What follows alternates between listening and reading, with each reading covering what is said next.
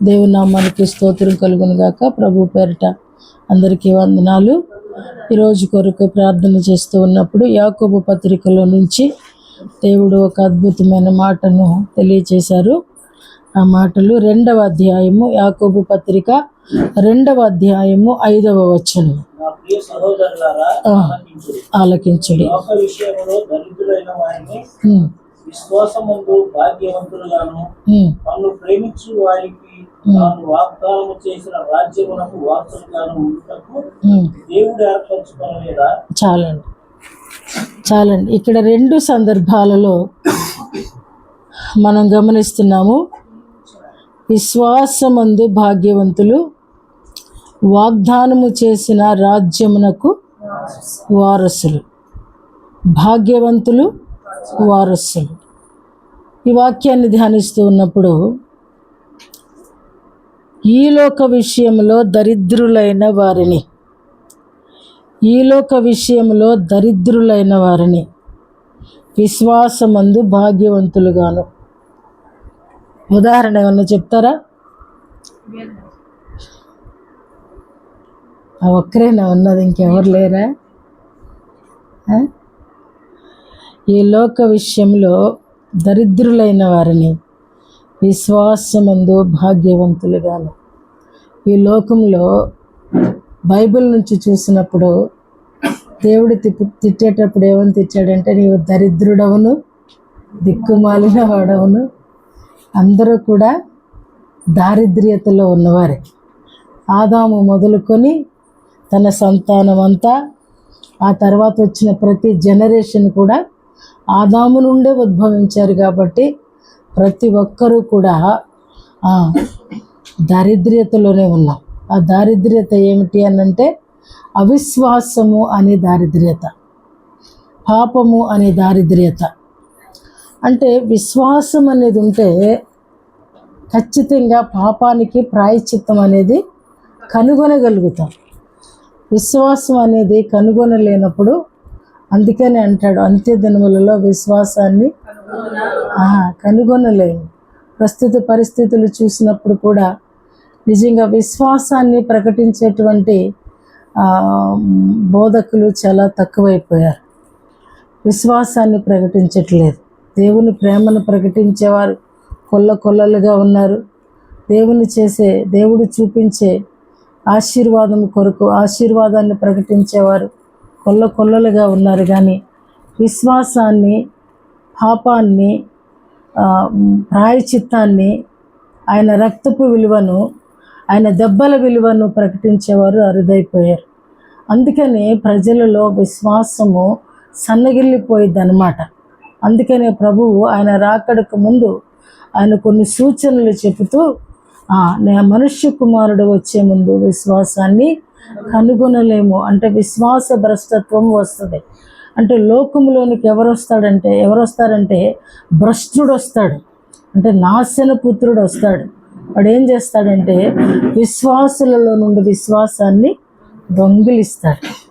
అందుకని ఇక్కడ అంటున్నాడు, ఒకవేళ ఈ లోకంలో ఏమీ లేకపోయినను, ఈ లోకంలో ఏ రకమైనటువంటి నిజంగా ఏమీ లేనప్పుడు విశ్వాసం చాలా ఎక్కువగా ఉంటుంది.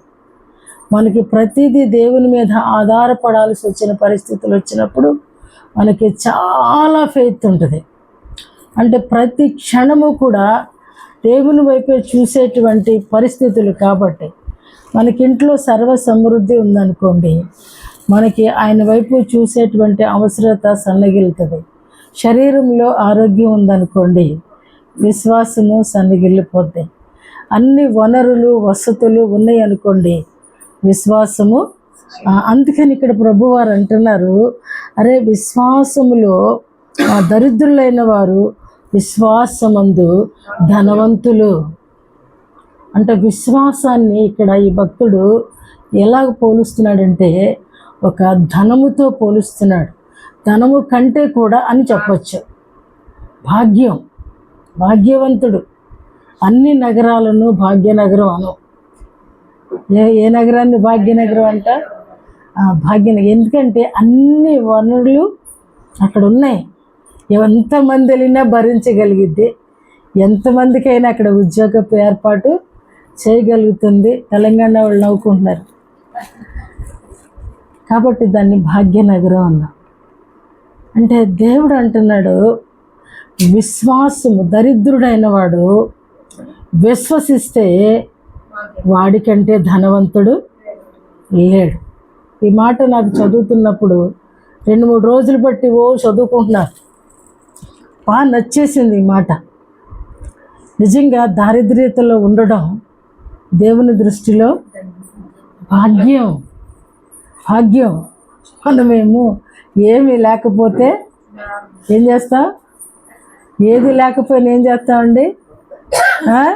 అదే ఇమ్మని అడుగుతాం, అది లేనిది ఇమ్మని అడుగుతాం. ఇది పొందుకునే విశ్వాసం ఇమ్మని అడగటం రాదు, తెలీదు. అది లేనిది చూసి, అరే నా దగ్గర ఇది లేదు కాబట్టి అదే కావాలి. పక్కన వాళ్ళు ఏదన్నా వేసుకుంటే, ఏదన్నా కొనుక్కుంటే, ఏమన్నా చేస్తుంటే లేనప్పుడు అదే కావాలని అడుగుతాం. ఇది జనరల్గా అందరిలో జరిగేదే. కానీ ప్రభువారు ఈరోజు మనకి ఓ క్రొత్త కోణంలో ప్రార్థన నేర్పిస్తున్నారు. ఏమిటి అని అంటే, నీకు ధన సమృద్ధి లేనప్పుడు, ఆర్థికంగా వెసులుబాటు లేనప్పుడు, ఆత్మీయ కొరత ఉన్నప్పుడు, ఇంటిలో దారిద్ర్యము స్నానం చేస్తూ ఉన్నప్పుడు, వారు దేవుని లెక్కలో భాగ్యవంతుడు, నేను భాగ్యవంతుడను అనే గుర్తింపు పొందుకో అని చెప్తున్నాడు. లేని దాని వైపు చూసి, ఇప్పుడు పాపం చూసింది ఎవరో లోతు భార్య పోగొట్టుకున్నటువంటి యవదాస్తుల కొరకు, పట్టణం కొరకు, ఇంటి కొరకు, ఆ లోకం కొరకు చూసింది. అంతేగాని అరే ఈ ప్రజలందరూ ఈ చీకటిలో మమ్మల్ని కాపాడాడు, ఈ చీకటిలో నుంచి మమ్మల్ని వెలుగులోనికి తీసుకెళ్తున్నాడు, ఈ మరణ ఛాయలో నుండి, మరణపు అంచు నుండి మేము బయటపడుతున్నాము, అరే దేవుని వైపే చూద్దాము, దేవదూతల వైపు దేవుని దూతలు పట్టుకున్నా వెనక్కి తిరిగి చూసేటువంటి దారిద్ర్యత కదా. దేవుడు నిన్ను తప్పిస్తున్నానమ్మా, ఒక్క క్షణంలో వాళ్ళు ప్రాణాలతో ఉన్నారు. ఒకే క్షణంలో ప్రాణాన్ని కోల్పోయిన లోతు భార్య. కాబట్టి ఇక్కడ మనకి ఏమీ లేకపోయినా దేవునికి స్తోత్రం అని చెప్పగలిగే విశ్వాస పరిపక్వత అంటాం దాన్ని. అంటే మన దగ్గర సమృద్ధి అయిన విశ్వాసం ఉన్నట్టు. మన దగ్గర సమృద్ధి అయిన విశ్వాసం ఉంటే లేని దాని కొరకు చూడం. అంటే ఆకలేస్తుంటే కూడా బియ్యం ఇమ్మని అడగొద్దా అనే ప్రశ్న మనకి వస్తుంది. కట్టుకోవడానికి వస్త్రం లేకపోతే వస్త్రాలు ఇమ్మని అడగాలి. అడగొద్దు అనేది వాక్యము రాంగ్ మనకి చెప్పట్లేదు. కానీ ఆ లోపల ఏంటంటే విశ్వసించే విధానాన్ని మార్చుకో. ఫోకస్ అంతా కూడా ఆ బియ్యం మీదే కాదు, బియ్యాన్ని ఇచ్చేవాని మీద పెట్టు.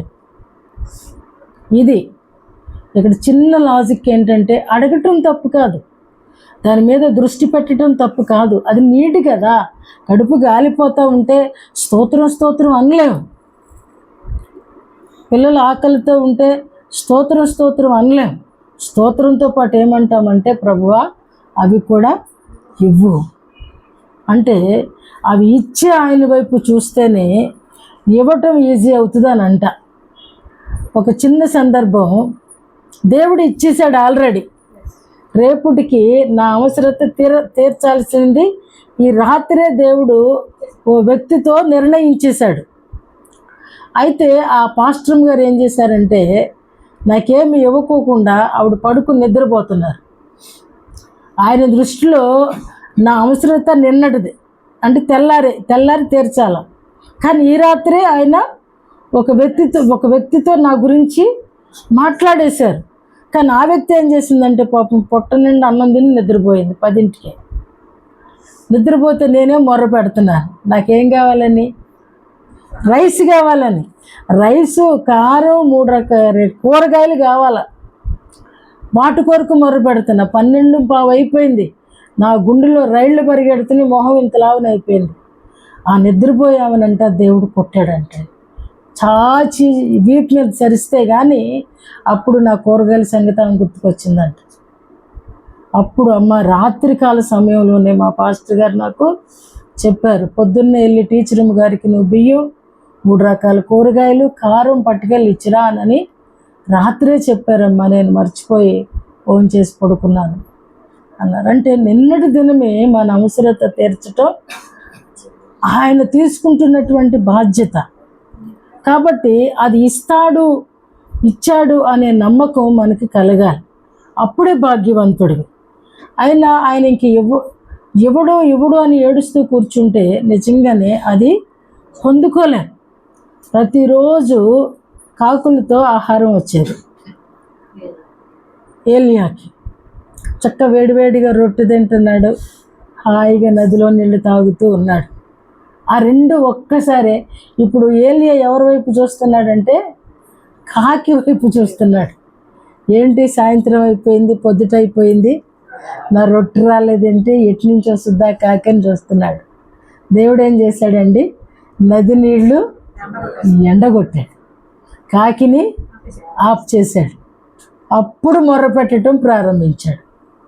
కాబట్టి మనం విశ్వాసి అయిన వాడు ఎవరో మనుష్యుల వైపు చూస్తే అది భాగ్యవంతుడు అని అనడానికి అనర్హుడు, భాగ్యవంతుడు కాదు. ఎప్పుడైతే మనం కంప్లీట్గా దేవుని వైపు చూస్తామో అప్పుడు భాగ్యవంతులు. ఒకవేళ ఆయన ఇవ్వకపోయినా, అంటే బియ్యం విషయంలో కడుపు కాలిపోతూ ఉంటే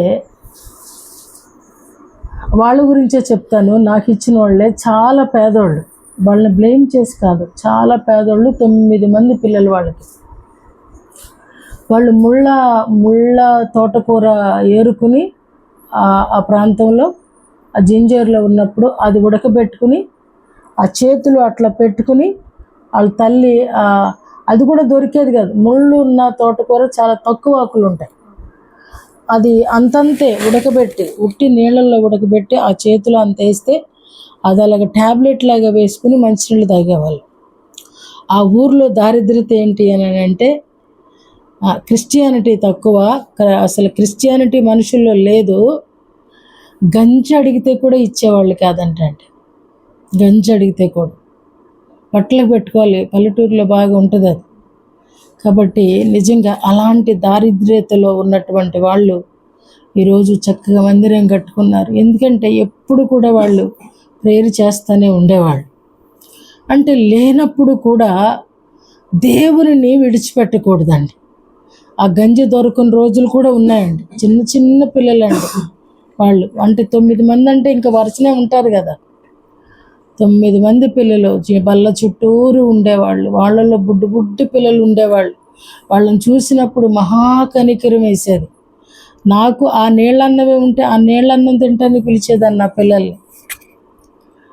నిజంగా ఆ పరిస్థితుల నుంచి ఈరోజు భాగ్యవంతులుగా చేశాడండి దేవుడు. ఎంత దారిద్ర్యత నుంచో, అన్ని దారిద్ర్యతలలో ఉన్న నన్ను ఈరోజు భాగ్యవంతునిగా చేశాడు. నేనే ఉదాహరణ అండి. మీ అందరికీ ఎంప్లాయీస్ ఉంటారు, కానీ ఈరోజు ప్రభు అంటున్నాడు, మీరు ఈ లోక విషయంలో దరిద్రులైనను విశ్వాసమందు భాగ్యవంతులు.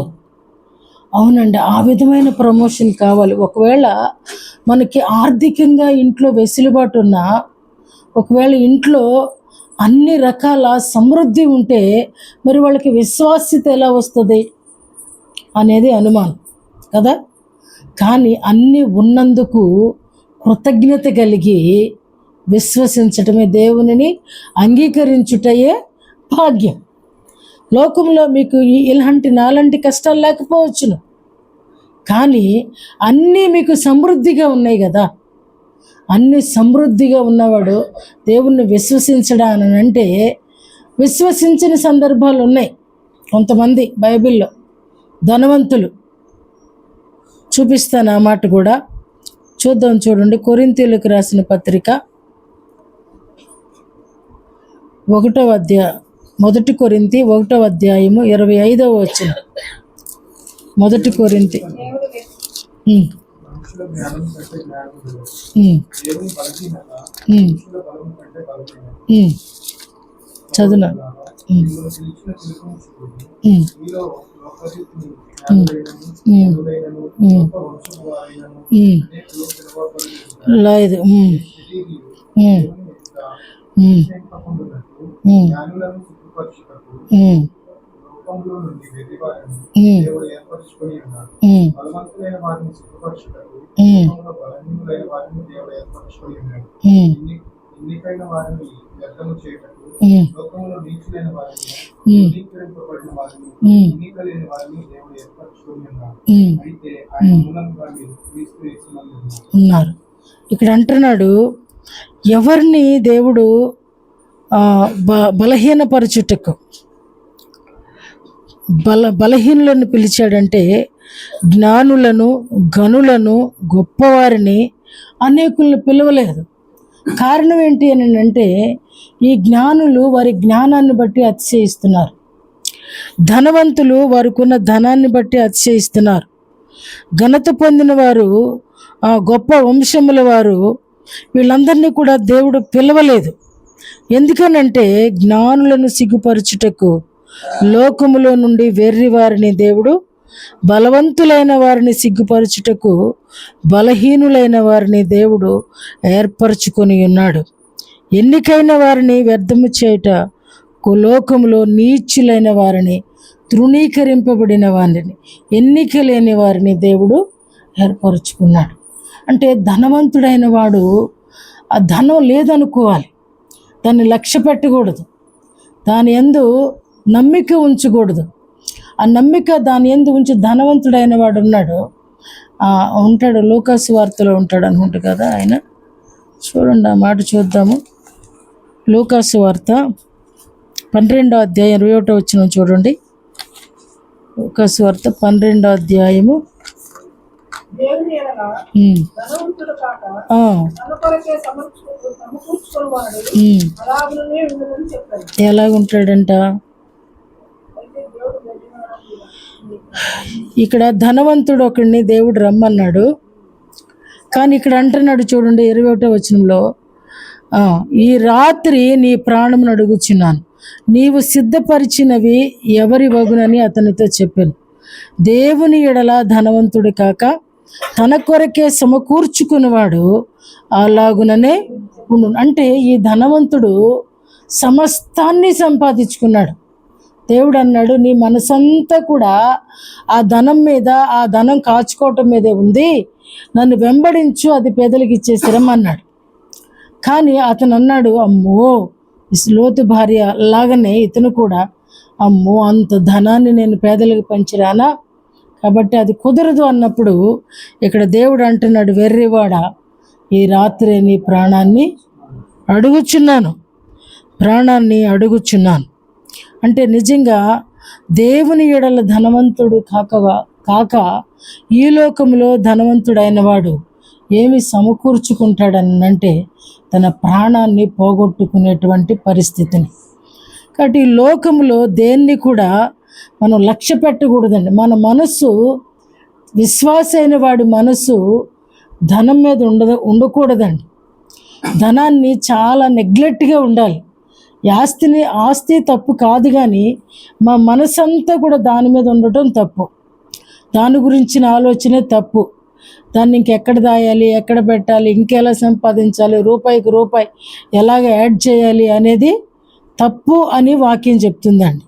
కాబట్టి ఇట్లాంటి ధనవంతులు దేవునిని సంపాదించుకోలేకపోవటమే కాదు, కానీ దేవుణ్ణి పోగొట్టుకోవటం, తనతో పాటు తన ప్రాణాన్ని కూడా, అంటే మారు మనసు లేకుండానే తన జీవితానికి అంతాన్ని వాళ్ళే నిర్దేశించుకుంటున్నారు అనేది మనకి లేఖనము సెలవిస్తూ ఉంది.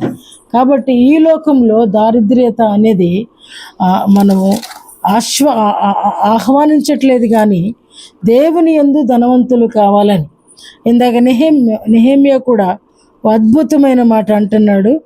ఆ మాట చాలా చక్కగా అనిపిస్తుంది చూడండి. ఇప్పుడు మొదటి అధ్యాయం మాట్లాడారు కదా, చివరిలో చివరిలో అంటున్నాడు ఈ మాట, ఆనందించుట అనే మాట ఉంది చూడండి. నీ నామమును భయభక్తులతో కనపరిచేందుకు ఆనందించుచు నీ దాసుల మొరను ఆలకించి. చాలు. నీ దాసుడనైన నా మొర్రను నీ నామమును భయభక్తులతో ఘనపరుచుట యందు ఆనందించు. నిజంగా ఈ ధన్యత కావాలి మనిషికి. ఏం కావాలండి? ఆయనకి మొర్ర పెట్టాలా, ఆయన్ని ఘనపరచాలా. ఆ రెండిటి యందు మనిషి, ఆ ప్రభు అంటాడు, గుర్రముల బలమునందు ఆయన ఆనందించే దేవుడు కాదు. ఆయన మాట వినేవాళ్ళంటే ఆయనకి ఎంతో ఆనందం. ఇక్కడ నెహెమ్యా భక్తుడు అంటున్నాడు, అయ్యా చెవియొగ్గి నీ దాసుడనైన నా మొర్రను నీ నామమును భయభక్తులతో ఘనపరుచుట యందు ఆనందించు, నీ దాసుల మొర్రను ఆలకించి. అంటే మనకు ఒక హింట్ ఇస్తున్నాడు. ఇందాక మొదటి మాట ఏమో ఏం చెప్పానండి? ప్రార్థనా రిక్వెస్ట్ ఏం చెప్పానండి? మనకున్న దాన్ని బట్టి కాదు, అటన్నిటిని ఇచ్చే ఆ దేవుని వైపు మన విశ్వాసాన్ని, మన లక్ష్యాన్ని, మన దృష్టిని త్రిప్పాలి. రెండోది ఏంటంటే ఆనందించాలి. ప్రార్థన చేసేటప్పుడు చక్కగా ఆస్వాదిస్తూ. అంటే మనం ఎవరితో మాట్లాడుతున్నాం? ఎవరైనా అధికారుల దగ్గరికి వెళ్ళి ఉసూరుమంటే మాట్లాడతామా? ఏడ్చుకుంటూ మాట్లాడతాం. అంటే ఆ సందర్భాలలో ఏడవలసిన పరిస్థితులు వస్తే ఏడుస్తారనుకోండి. కానీ దేవునితో మాట్లాడేటప్పుడు ఈయన చక్కగా ఒక మాట మనకి నేర్పిస్తున్నాడు. అంటే దేవుని యందు మొర్రపెట్టడం ఒకటి, ఆయన యందు భయభక్తులతో ఘనపరచుట. భయభక్తి ఉంటే ఆటోమేటిక్గా దేవుణ్ణి ఘనపరుస్తామండి. మనకేమి ఇవ్వకపోయినా ఘనపరుస్తాం. మన దగ్గర ఏమీ లేకపోయినా ఏంటంటే నోటి మాటే కదా. ఆయన ఏమన్నా తీసుకొని వచ్చి నాకు ఒక పూదండేసి ఓ పట్టు వస్త్రాలు నెత్తిన పెట్టుకుని వచ్చి నన్ను ఘనపరచమంటున్నాడండి. రాజుని ఘనపరిచినట్టు, మొర్దెకాయిని ఘనపరిచినట్లు ఏమన్నా ఘనపరచమంటున్నాడండి. నువ్వు మొర్ర పెట్టేటప్పుడు ఆయన ఇస్తాడనే నమ్మకం. నువ్వు మొర్ర పెట్టేటప్పుడు, ప్రభువా నిన్ను నేను నమ్మేనయ్యా, నీ యందే నేను భయభక్తులు కలిగి ఉన్నానయ్యా అని ఆ రీతిగా ఘనపరచటం. అంటే భయభక్తులు కలిగి ఉంటే ఆటోమేటిక్గా ఆయనకి ఘనత వెళ్ళిపోతుంది. దాన్ని బట్టి దేవుడు ఆనందిస్తాడంటే. కానీ మనం అర్పించేటువంటిది ఏదో బట్టి కానీ, గుర్రముల బలమును బట్టి కానీ, నరుల కాలి సత్వను బట్టి కానీ ఆయన ఆనందించే దేవుడు కాదు. ఇదే అధ్యాయంలో మరొక మాట చూసినప్పుడు 5వ వచనంలో, నిన్ను ప్రేమించే నీ ఆజ్ఞలను అనుసరించి నడుచు వారిని కటాక్షించి వారితో నిబంధన స్థిరపరచువాడా. చక్కగా అద్భుతంగా నెహెమ్యా ప్రార్థన చేస్తున్నాడు. అయ్యా నీ ఆజ్ఞలను, నిన్ను ప్రేమించి, మొదటిగా నిన్ను ప్రేమించి. ఈ రెండిటికి సంబంధం ఉందంటారా? ఆజ్ఞ ప్రేమించడం, ఆజ్ఞ గైకొనడంలోను ప్రేమించడంలోను రెండు ఒకటే. ఆయన ఆజ్ఞ నువ్వు గైకున్నావంటే ఆటోమేటిక్గా దేవుణ్ణి ప్రేమించినట్లే. నిన్ను ప్రేమించి నీ ఆజ్ఞలను అనుసరించి నడుచు వారిని కటాక్షించి. చక్కగా మన ఫిల్ ఇన్ ద బ్లాంక్స్లో రాసుకోవచ్చు. దేవుని కటాక్షము మన మీదకి రావాలి అని అంటే చిన్న హింట్ ఇస్తున్నాడు. ఆయన చెప్పిన ప్రతి మాట నువ్వు విను. నువ్వు విన్నావంటే దేవునిని ప్రేమించినట్లే. అలా నువ్వు ప్రేమించేవంటే ఆయన భక్తులతోనూ ఆయన పితరులతోనూ చేసిన ప్రతి నిబంధన మనతో కూడా ఆయన స్థిరపరుస్తాడంట. ఇంత అద్భుతమైన ప్రార్థన ఆయన చేస్తూ ఉన్నాడండి. ఒకటి, ఆయనలో ఆనందించాలి. ఆయన ఘనపరిస్తే ఆనందం, ఆయనను ప్రేమిస్తే ఆయన ఆజ్ఞలు గైకొనటం. ఈ రెండిట్లో ఒక ఆన్సర్ ఇస్తున్నాడు. ఆయన ఆజ్ఞ గైకొంటే నీతో ఏం చెప్తున్నాడో ఆ మాట స్థిరమవుతుంది. బైబిల్లో మనతో ప్రత్యేకంగా చెప్పని అవసరం లేదు. ఆయన ఒక భక్తునితో చెప్పింది మనకు ఆ రెఫరెన్స్ ఇచ్చాడనంటే ఆ వచనం మనకు కూడా వర్తిస్తుంది. ఇంకా ఫెయిత్ ఏంటంటే బైబిల్లో ఉన్న ప్రతి వాగ్దానాన్ని దేవుడు మన కొరకు నిబంధన పూర్వకంగా లిఖించి ఉంచాడు. అవన్నీ కూడా స్వతంత్రించుకుంటే అంతకంటే భాగ్యవంతుడు ఉండడు. కాబట్టి ఆయనను ఘనపరచడం మన చేతిలోనే ఉంది, ఆయనను ప్రేమించడం కూడా మన చేతిలోనే ఉంది. మన దారిద్ర్యత నుంచి విడుదల పొందటం కూడా మన చేతిలోనే ఉంది. రెండో మాటకు వద్దాము. తన్ను ప్రేమించు వారికి తాను వాగ్దానము చేసిన రాజ్యమునకు వారసులుగాను. యోబు గ్రంథంలో నుంచి ఒక మాట చూద్దాం. యోబు గ్రంథము 34వ అధ్యాయము 19వ వచనం. రాజుల ఎడల చూపని వానితోను పేదల కన్నా ధనము గల వారిని ఎక్కువగా చూడని వానితోను అలాగు పలుకుట తగున. వారందరూ ఆయన నిర్మించిన వారు కారా? వారు నిమిషంలో చనిపోవుదురు. మధ్యరాత్రి ప్రజలు కల్లోలము నుండి నాశనమగుదురు. బలవంతులు దైవికముగా కొనుక్కోబడెదరు. ఆయన దృష్టి నరుల మార్గముల మీద ఉంచబడి ఉన్నది. ఆయన వారి నడకలన్నీ కనిపెట్టి చూచుచున్నాడు. నిష్క్రియలు చేయువారు దాగుకొనుటకు చీకటి అయినను మరణాంధకారమైనను లేదు. ఒకడు న్యాయ విమర్శలోనికి రాకముందు బహుకాలము అతనిని విచారణ చేయుట దేవునికి అగత్యము లేదు. విచారణ లేకుండానే బలవంతులను ఆయన నిర్మూలము చేయుచున్నాడు. వారి స్థానమున ఇతరులను నియమించుచున్నాడు.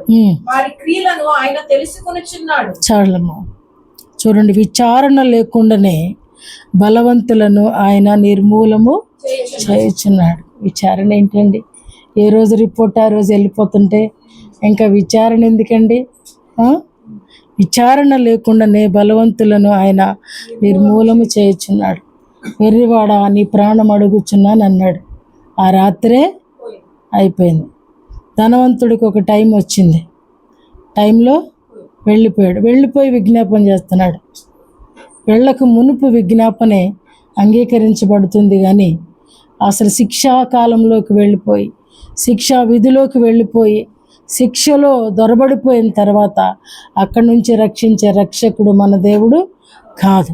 మనకన్నీ సక్రమంగా ఉన్నప్పుడే. అందుకనే విచారణ లేకు, ఈ మాటే నాకు కొంచెం కష్టంగా అనిపించింది. కష్టంగా అంటే అది ఇష్టమే, కానీ సిద్ధపాటు లేకపోతే కష్టంగా అనిపిస్తుంది. విచారణ తర్వాత చేస్తాడు, ముందు తీసుకెళ్ళి పాతాళంలో కుక్కుతాడు. కాబట్టి విచారణ లేకుండానే బలవంతులను ఆయన ఇప్పుడు బలం కావాలా, ధనం కావాలా? ఏం కావాలండి? ఆ రెండు వేస్ట్ అండి. బలము, ఇప్పుడు బలహీనతలను బట్టి ప్రభుని స్తుతించవచ్చు. ఈ బలహీనతను బట్టి దేవుని దగ్గరికి వస్తున్నాం. ఎక్కువ బలహీనతలు ఉన్నవాడు ఎక్కువ దేవుడు ప్రేమించాడు అనేది లెక్క. టీచర్ గారికి ఎక్కువ ప్రేమ ఉందనుకుంటే దేవుడికి. ఎందుకనంటే ఇక్కడ అంటున్నాడు, బలవంతులు విచారణ లేకుండానే నిర్మూలమవుతారు. బలహీనులు ఆటోమేటిక్గా ప్రతిరోజు విచారణ మనమే చేస్తున్నావా లేదా? ఇప్పుడు తిండున్నా లేకపోయినా కాలు రాలేదనుకోండి, ఖచ్చితంగా ప్రభువా అని ఒక కేకేస్తాం. ఒక ఎదురు దెబ్బ తగిలింది అనుకోండి, ప్రభువా అని కేకేస్తాం. ఒక బలహీనత, తట్టుకోలేని పరిస్థితి, కేక వేస్తాం. కాబట్టి ప్రతిరోజు కూడా మనం విచారణ చేస్తున్నాం. ధనవంతుడు విచారణ చేయటం లేదు కాబట్టి, బలవంతుడు విచారణ చేయటం లేదు కాబట్టి ఆయనకి విచారణ లేకుండానే ఆయన ఏమీ కూడా ఆయనను దేవుడు విమర్శ చేయటం లేదు, విచారించట్లేదు, డైరెక్ట్ టికెట్ ఇచ్చేస్తున్నాడు అనేది. తర్వాత ఇంకొక మాటను చూడండి, ఆయన ఆజ్ఞలలో దేనినైనాను లక్ష్య పెట్టకపోయిరి, బీదర్ల మొర్రను ఆయన యొద్దకు వచ్చినట్లు చేసిరి, దీనుల మొర్రను ఆయనకు వినబడినట్లు చేసిరి. ఆయన తన ముఖమును దాచుకునిన ఎడల ఆయనను చూడగలవారు ఎవరు? కాబట్టి ఆయన ముఖం దాచుకుంటే మన వల్ల కానే కాదు. కాబట్టి రెండవ మాటగా దేవుడు ఆయనను ప్రేమించే వారికి వాగ్దానం చేస్తున్నాడు. ఏమనంటే ఆయన రాజ్యానికి వారసుడగునట్లు. అందుకనే మోషే అంటాడు కదా, చూడండి హెబ్రీయులకు రాసిన పత్రిక 11వ అధ్యాయం 26వ వచనాన్ని చూస్తే ఆయన అంట ఐగుప్తులో విశ్వాసమును బట్టి ఐగుప్తు ధనము కంటే క్రీస్తు విషయమైన నింద గొప్ప భాగ్యం అంట. బాబా చూసారా, ధనం లేకపోవడం అనేది నింద ఎవరు కోరుకుంటారండి? నింద అంటే తప్పు చేయకుండా మోపబడేదాన్ని నింద అని అంటాం. కానీ అదే బెటర్ అంటున్నాడు మోషే మనతో, అది భాగ్యం అంటున్నాడు. నీ బలహీనత నీకు భాగ్యం, నీ బలహీనత నీకు బలం కదా. నీ బలహీనత నీకు బలం. ఎందుకనంటే ఆ బలహీనతలో నుండి దేవుని దగ్గర నుంచి బలాన్ని పొందుకునేటువంటి మార్గం. ఈ బలహీనత అనేది దేవునికి మనకి మధ్య మార్గం, ఓ దారి చూపిస్తుంది. నువ్వు నా దగ్గరికి రా, నీ బలహీనత నా మీదయి. అందుకని ఆయన నీచుల్ని ఎన్నిక చేసుకుంటాడంట, వెర్రోళ్ళని ఎన్నిక చేసుకుంటాడంట. కాబట్టి ఎన్నిక లేని వారని ఆయన నీచుల్ని, అజ్ఞానులను, వెర్రివారిని. ఎందుకనంటే వీళ్ళు గ్రుడ్డిగా నమ్ముతారు. జ్ఞాని అయితే తర్కిస్తాడు కదా. ఇప్పుడు చాలామంది థియాలజీ చెప్పేవాళ్ళు వాళ్ళ ఉద్దేశాన్ని చెప్పరండి. మీరు వాక్యాలు వింటున్నప్పుడు మీరు గమనించండి. థియాలజీ చెప్పడానికి, చరిత్ర చెప్పడానికి చాలా ఇంపుగా అనిపిస్తుంది వినడానికి. కానీ అక్కడ నుండి నిన్ను పట్టుకునే ఒక్క బిట్టు కూడా ఉండదు. వాళ్ళు ఆ భక్తుడు అలా చెప్పాడు, ఈ భక్తుడు ఇలా చెప్పాడు, ఈ భక్తుడు ఇలా చెప్పాడు, అసలు యేసు ప్రభు ఏం చెప్పాడు అనేది వదిలేస్తారు. ఈ థియాలజీ చెప్పే వాళ్ళ దగ్గర ఇది ఉంటుంది. నేను అది తప్పు అని నేను చెప్పట్లేదు, కానీ వినే ముందు నీకేమి ఆ మెసేజ్లో నుంచి నీకేం కావాలో, నీకు కావలసిన బిట్టు నీకు దొరికే వరకు వెతుకు. లేదంటే చక్కగా బైబిల్ చదువుకో. బైబిల్లో ఎన్ని స్వరాలు నీకు వినబడతాయి అంటే, చూడండి, ఎప్పుడన్నా దేవుడు మనతో మాట్లాడా? నువ్వు నా వారసుడవు అని. ఏమండి, బైబిల్లో నుంచి మాట్లాడడం మనం గమనిస్తాం. కానీ మనతో మాట్లాడేటప్పుడు నువ్వు నన్ను ప్రేమిస్తున్నావు కదా, నా రాజ్యానికి వారసుడవు అని ఎప్పుడన్నా చెప్పాడా? ఇది ఇప్పుడు అంటున్నాడు మనతో. నువ్వు నన్ను ప్రేమిస్తే నేను వాగ్దానము చేసినటువంటి రాజ్యమునకు వారసులుగా ఉండుటకు దేవుడు మనల్ని ఏర్పాటు చేసుకోనలేదా? మన ఎందుకు ఏర్పాటు చేసుకున్నాడంటే, ఈ లోక దారిద్ర్యతలో ఎందుకు ఉన్నాడంటే, నేను అనేదాన్ని కదా చిన్నప్పుడు, అరే వాళ్ళందరూ బోళ్ళు దేవుళ్ళు ఉన్నారు కాబట్టి వాళ్ళందరూ కూడా చాలా ధనవంతులు, మనకు ఒక్క దేవుడే ఉన్నాడు కాబట్టి మన పేదోళ్ళం అనేదాన్ని. అది కాదండి, మన దేవుడు దేవుళ్లకు దేవుడు, దేవుళ్ళు అనబడే వారికి దేవాతి దేవుడు. ఈయనే రాజు. ప్రవీణ్ గారు అంటాడు కదా, ఇస్ మై కింగ్ కదా, అద్భుతంగా అంటాడు ఆయన అన్నంతకి ఎవరు అనలేరు. ఎందుకంటే హృదయం అంతా కూడా ఆయన రాజ్యము కొరకు నింపబడిపోయిన జీవితం కాబట్టి అయింది. అంత అర్లీగా కూడా ఆయన రాజ్యానికి, ఆయన రాజ్యము రాజు. కాబట్టి ఈరోజు మనము దేవుని రాజ్య వారసులుగా ఉండుటకు మనల్ని ఏర్పాటు చేసుకున్నాడు. అందుకనే రోమీయులకు రాస్తూ అంటాడు కదా 8వ అధ్యాయంలో, తన్ను ప్రేమించిన వారికి, తన సంకల్పము చొప్పున పిలువబడిన వారికి మేలు కలుగుటకే. కంటిన్యూ చేయి. తన కుమారుడు అనేక సహోదరుల్లో జ్యేష్ఠుడగునట్లు దేవుడు ఎవరిని ముందు ఎరిగెనో వారు తన కుమారునితో సారూప్యము గలవారవుటకు వారిని ముందుగా నిర్ణయించి, మరియు ఎవరిని ముందుగా నిర్ణయించెనో వారిని పిలిచెను, ఎవరిని పిలిచెనో వారిని నీతిమంతులుగా తీర్చెను, ఎవరిని నీతిమంతులుగా తీర్చెనో వారిని మహిమపరిచెను. చాలమ్మా, చూసారు, సమస్తము సమకూడి జరుగుచున్నవి. ఫుట్నోట్లు ఏమనుంది? మేలు కలుగుటకై దేవుడు సమస్తమును సమకూర్చి జరిగించుచున్నాడు. మనందరము కూడా కొన్ని విషయాలలో చాలా తృప్తి కలిగి ఉన్నాం. ఏ విషయం అని అంటే సమస్య వచ్చినప్పుడు అందరం కలిపి ప్రార్థన చేస్తాం.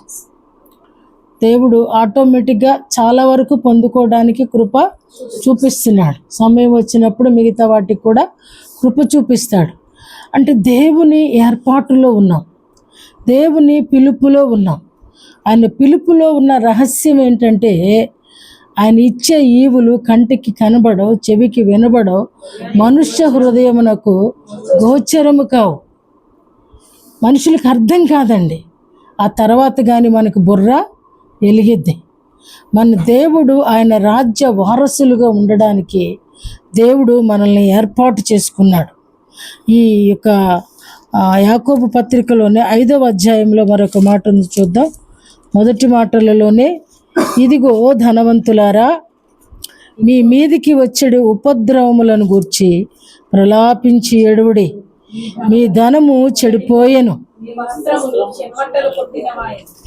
ఈ బంగారమును మీ వెండియు తుప్పు పట్టినవి. వాటి తుప్పు మీ మీద సాక్ష్యముగా ఉంది. అగ్ని వలె మీ శరీరములను తినివేయును. అంత్య దినముల యందు ధనము కూర్చుకొంటిరి. ఇదిగో మీ చేలు కోసి చాలమ్మా.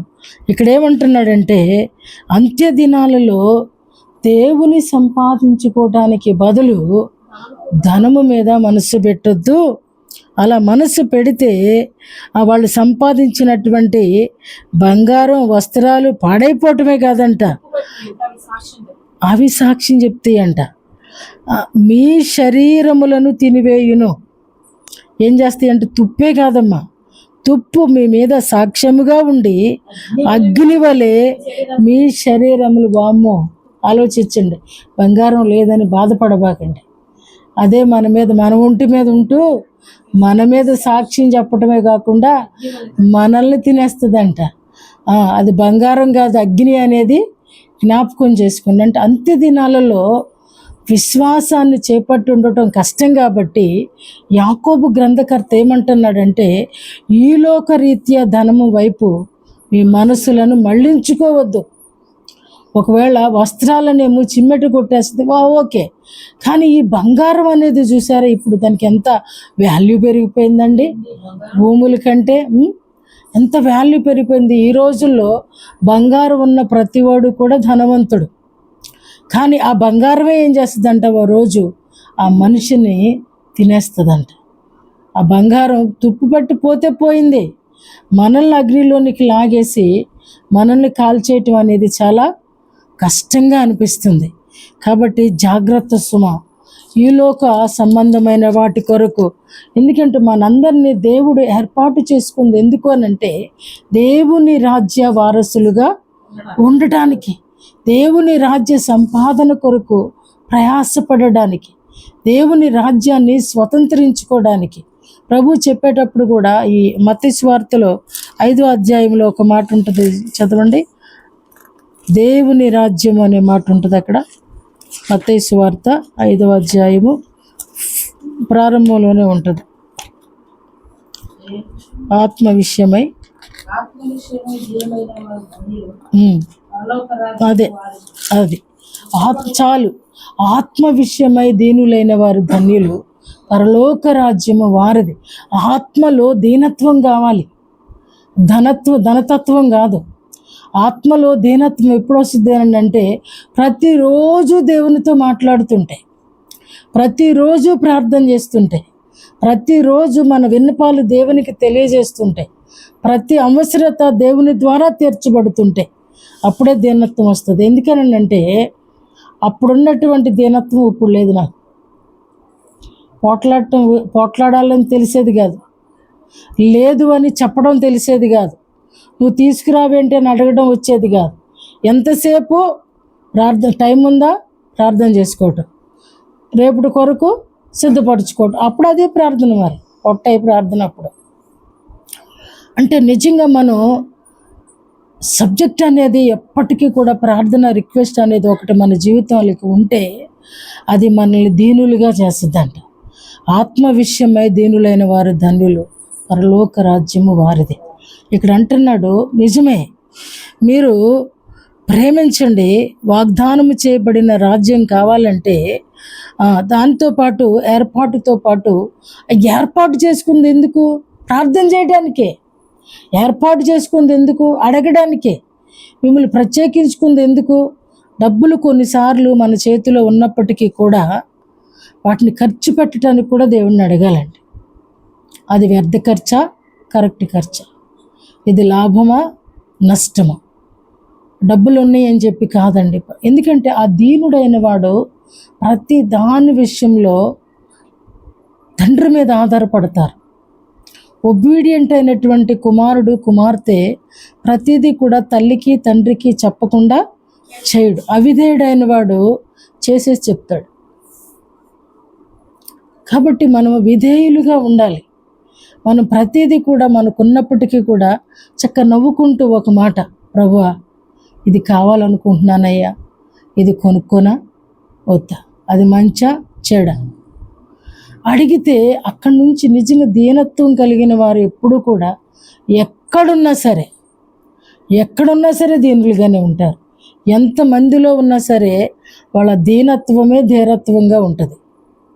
కాబట్టి మన ఏర్పాటు చేసుకున్నాడు. దేవునికి స్తోత్రం. ఎందుకొరకు అని అంటే ఈ లోకదానాన్ని సంపాదించుకుని ఎర్రోళ్ళలాగా ఉండటం కాదు. వెర్రోడిని నిన్ను పిలిచాడు ధనవంతుడిని చేయడానికి, ధనవంతుడిని పిలిచాడు వెర్రోడిని చేయడానికి కదా. ధనవంతుడు సమస్తాన్ని విస్తారంగా సంపాదించుకున్న వాడిని ఓ ఈ వెర్రివాడా అన్నాడు. నేను వెర్రివాడిని పిలిచాను ధనవంతుల్ని సిగ్గుపరచడానికి అన్నది మనల్ని ధనవంతుల్ని చేయడానికి. ఆ ధనం ఎక్కడ అని అంటే ఇక్కడంట చిమ్మటి కొట్టేస్తుందంట, తుప్పు పట్టేస్తుందంట, మన బంగారం మన మీదే అభియోగం చేస్తుందంట. రెండోది ఇంకో మాట ఏం చదివేమో, మనల శరీరాన్ని తినేస్తుందంట. కానీ పరలోక ధనం ఉందే, మన శరీరాన్ని తినేస్తుందంటే దానికి అర్థమైందా మీకు? బంగారం కోసం ఇద్దరు కొట్టుకుంటారు. ఏమండి, ఇంట్లో అమ్మ చచ్చిపోయింది అనుకోండి, నాది ఆమె సెటిల్ చేయకుండా పోతే మొత్తం నాదే. ఒక్కతుంటే పర్లేదు, మరి ఇద్దరు ఉంటే అది అలాంటి పగలు పెరిగిపోతాయి, వేషం పెరిగిపోతాయి. చిన్న చిన్న వాటికి చీరల కోసం తన్నుకునే వాళ్ళు కూడా ఉంటారు. అంటే అభిమానం, తల్లి అనే అభిమానంతో. కాబట్టి ఈ లోకరీత్యా దేని కొరకు కూడా మనము ప్రయాసపడవలసిన అవసరం లేదు. లోకంలో ధనవంతులుగా ఉండటం కంటే దారిద్ర్యత మనకి మేలు. అందుకని ప్రకటన గ్రంథంలో నీవు చూద్దాం అది ఆ మాట, 2వ అధ్యాయం 3వ అధ్యాయం ప్రకటన గ్రంథం. నీవు ధనవంతుడవే కానీ 2వ అధ్యాయము 9వ వచనం, నీ శ్రమను దరిద్రతను నేను ఎరుగుదును, అయినను చాలు చాలు చాలు చాలు చాలు నీ శ్రమను నీ దరిద్రతను నేను ఎరుగుదును, అయినా నువ్వు అంతే ధనవంతుడికి దొరకని ఉంటాయేమో కానీ ఓ ప్రార్థనా పరుడికి సంపాదించనివి, ప్రార్థనా పరుడికి దొరకనివి ఏమీ ఉండవు. అందుకనే వాక్యం చెప్తుంది, ఒకవేళ నీకు శ్రమ ఉందని నేను బీదోడిని అనుకుంటున్నావా? ఓవేళ నీకు దరిద్రత ఉందని చెప్పి నేను దారిద్రతలో మునిగిపోయిన ఏమీ లేదనుకుంటున్నావా? అయినా సరే నీవు ఆ దేవుడిస్తున్న స్టేట్మెంట్ అండి. కాబట్టి ఈ లోకరీత్యా ధనాన్ని కొరకు నీ అదే బైబిల్ చెప్తుంది కదా, నీ మనసు ఎక్కడ ఉంటుందో నీ ధనం ఎక్కడ ఉంటుందో, నీ ధనం ఎక్కడ ఉంటుందో ఆడికి ఎంతసేపు రూపాయికి రూపాయి యాడ్ చేసుకోవడానికే మనసు ఉంటుంది. వడ్డీ వ్యాపారి అసలన్న రూపాయి తగ్గుతాడేమో, వడ్డీ తగ్గడు. ఎందుకంటే ఆడు అక్కడ ఎడిట్ అయిపోయి ఉంటాడు. చూస్తున్నాం కదా, సర్వాన్ని వడ్డీలకి వెళ్ళేవాళ్ళు సర్వాన్ని పోగొట్టుకున్న వాళ్ళు కూడా మనం చూస్తున్నాం. ఎంతో నష్టం అండి మన శరీరాలకు, మన శరీరానికి నష్టం, మన ఆత్మీయ జీవితానికి నష్టం. కాబట్టి లోకంలో ఒకవేళ ఉన్నటువంటి శ్రమ, కష్టం, దరిద్రత ఒక్కోసారి మన మీద మనకే అనిపిస్తుంది, ఏంటి ఈ దారిద్ర్యత అని. శారద గారు ప్రార్థన చేస్తున్నారు, ఆత్మీయ దారిద్ర్యత అని. నిజమే కదా, ఆత్మీయ దారిద్ర్యత ఉంటే ఎప్పటికీ కూడా వర్ధిల్లలేం. ఆర్థిక దారిద్ర్యత ఉన్నా దేవుడు విశ్వాసాన్ని బట్టి కాకుల ద్వారా ఆహారాన్ని పంపించి తృప్తిపరచగలుగుతాడు. కానీ కాకుల వైపే చూస్తే మాత్రం ఉన్న కాకుని కూడా తీసేస్తాడు. కాబట్టి నీ ధనాన్ని ఆధారం చేసుకోవద్దు. ఇక్కడ అంటున్న మాట యాకోబు పత్రికలో చక్కగా అంటున్నాడు, నీవు నిజంగా విశ్వాసివైతే దారిద్ర్యతలో ఉంటే నీ విశ్వాసాన్ని నీవు అద్భుతంగా కాపాడుకో. నీవు నిజంగా నువ్వు విశ్వాసమందు భాగ్యవంతుడవుగా ఉంటావు. దరిద్రులైనా సరే నువ్వు భాగ్యవంతుడివే. ఈ లోకంలో దారిద్ర్యత అనేది అంటే ఆర్థిక ఇబ్బందే దారిద్ర్యత కాదండి, అనారోగ్యము కూడా దారిద్ర్యతే. కానీ దేవుడు అంటున్నాడు, ఆ శ్రమ, ఆ దరిద్రత నీకు ధనం కొరకే. అంటే దేవుని ప్రేమతోనే మనకి బలహీనత వస్తుంది. దేవుని ప్రేమతోనే దేవునికి దగ్గర చేసుకోవడానికి ఓ సన్మార్గమే ఈ బలహీనత. దేవునితో కలిసి నడవడానికే ఒక అదృష్టం అనాలేమో ఒక విధంగా చెప్పాలంటే. కాబట్టి ఈ లోక విషయంలో దరిద్రులైన వారిని విశ్వాసమందు భాగ్యవంతులుగా, తన్ను ప్రేమించి వారికి తాను వాగ్దానము చేసిన రాజ్యమునకు వారసులనుగా దేవుడు ఏర్పాటు చేసుకున్నాడు. మన ఏర్పాటు చేసుకున్నది ఆయన ఈ లోకంలో ఏమీ లేని వాళ్ళగాను ఇక్కడే విడిచిపెట్టేసే విధంగా కాదండి.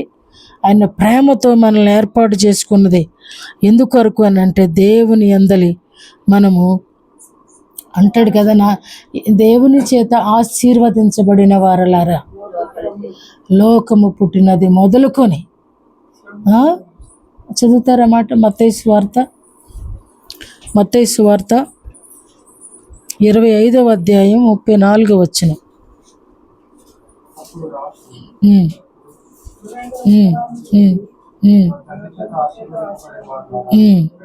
రండి. చాలు, రాజ్యం ఇస్తున్నాడంట. ఇక్కడ నువ్వు ఒకవేళ ఏం సంపాదించుకుంటావు, మా అయితే 2 ఇళ్ళు 3 ఇళ్ళు 4 ఇళ్ళు అనుకుందాం.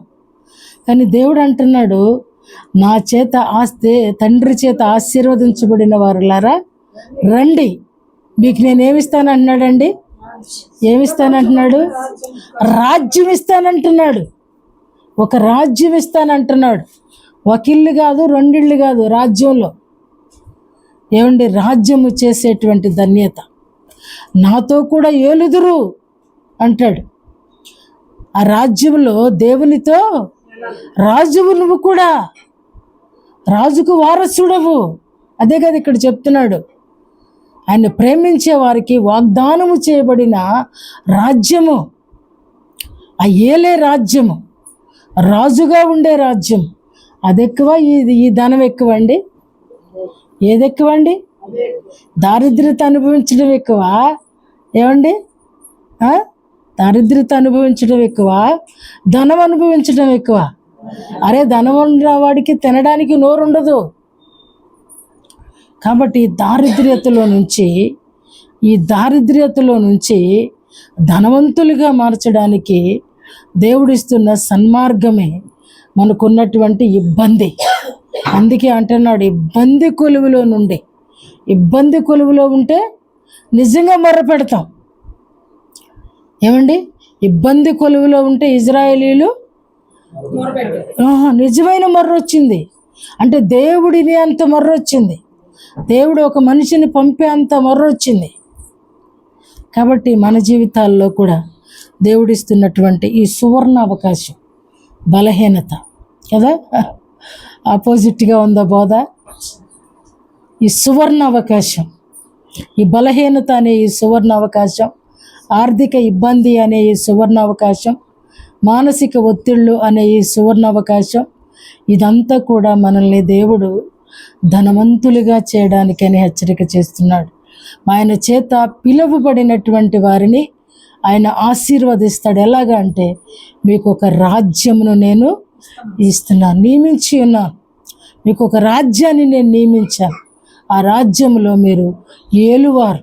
స్టార్టింగ్ అన్నాడు కదా, మీరు ఏలండి, మీరు ఏలండి. ఆయన శిష్యులుగా పంపిస్తూ కూడా అంటాడు, మీకు అధికారం ఇస్తున్నాను, మీరు అధికారాన్ని ఉపయోగించుకోండి, అధికారం కలిగిన వారిగా ఉండండి. ఒకవేళ మనకి ధన సమృద్ధి లేకపోవచ్చు, ఆరోగ్య సమృద్ధి లేకపోవచ్చు, కానీ అధికారం మాత్రం మన చేతిలో ఉంది. అధికారాన్ని ఉపయోగించుకొని, ప్రభువా ఈ పరిస్థితుల్లో నుండి నన్ను, ఒక మార్గం ఉంది, ఓ మార్గం ఉందండి. కాబట్టి అర్థం చేసుకుంటూ మనల్ని దేవుడు ఆయన రాజ్యం ఇవ్వడానికి, వారసులుగా చేయడానికి, తర్వాత విశ్వాసమందు భాగ్యవంతులుగా చేయడానికి దేవుడు మనల్ని పిలిచాడని, మనల్ని ఏర్పరచుకున్నాడని, ఆయన ఏర్పాటులో ఉన్నవారమని గ్రహించుకుంటూ, ఒకవేళ ఈ లోకంలో దేని వైపు మనసును త్రిప్పివేసుకొనక, ఏమి లేకపోయినను ధనవంతుడు ప్రశాంతంగా పరలోక రాజ్యాన్ని, శాంతిని, సమాధానాన్ని అనుభవిస్తూ అబ్రహాము రొమ్మున ఆనుకున్నాడంట కదండి. పేద లాజరు నిజంగా ఎంత అద్భుతమండి, ఎంత అద్భుతమండి. కాబట్టి మన జీవితాలలో కూడా అటువంటి ధన్యతను దేవుడు ప్రసాదించినట్లు, రూత్ అండి ఒకానొక సమయంలో ఎంతో దారిద్ర్యత కదా, వాళ్ళ ఊరిలో ఉండి భర్తను కోల్పోయి, సర్వాన్ని కోల్పోయి, కానీ ఒకటి మాత్రం గట్టిగా పట్టుకుంది, అమ్మా అత్తగారు, నువ్వు ఆరాధించే దేవుడే గొప్పోడు, నా ఊర్లో నుంచి అన్ని కోల్పోయినా సరే నువ్వు నీ ఊరికి వెళ్ళగలుగుతున్నావు, అన్ని కోల్పోయి నా ఊర్లో నేను ఉండలేను, నీ ఊర్లోనే నాకు క్షేమం. ఆమెకి చక్కగా ఇల్లుంది, పొలం ఉంది, మంచి హస్బెండ్ దొరికాడు, హస్బెండ్ కూడా ధనవంతుడు దొరికాడు, పేరున్నవాడు దొరికాడు, భక్తిపరుడు దొరికాడు. కాబట్టి ఆయన ఆశ్రయించే వారికి ఆయన ఏ మేలు చేయక, మనమే అనుకుంటామండి మనం ఏమి పొందుకోలేకపోతున్నామని, కానీ పొందుకున్న వాటిని గుర్తించలేకపోవటం కూడా దరిద్రతే. పొందుకున్న వాటిని గుర్తించలేకపోవటం కూడా దారిద్ర్యతే, దౌర్భాగ్యమే. కాబట్టి గ్రహించుకుంటూ, ఒకవేళ ఈ శ్రమ మనకు ఒక మార్గాన్ని ఇస్తుందని, ఆ శ్రమను ఛేదించే ధన్యత పోరాడి గెలవాలని, ఆ పోరాటం ఎలాగంటే అధికారముతో కూడిన పోరాటాన్ని చేయడానికి ప్రభు తన కృపను నిండారుగా మనకందరికీ అనుగ్రహించునుగాక. ఆమేన్. లేచి నిలబడండి, ప్రార్థన చేసుకుందాం.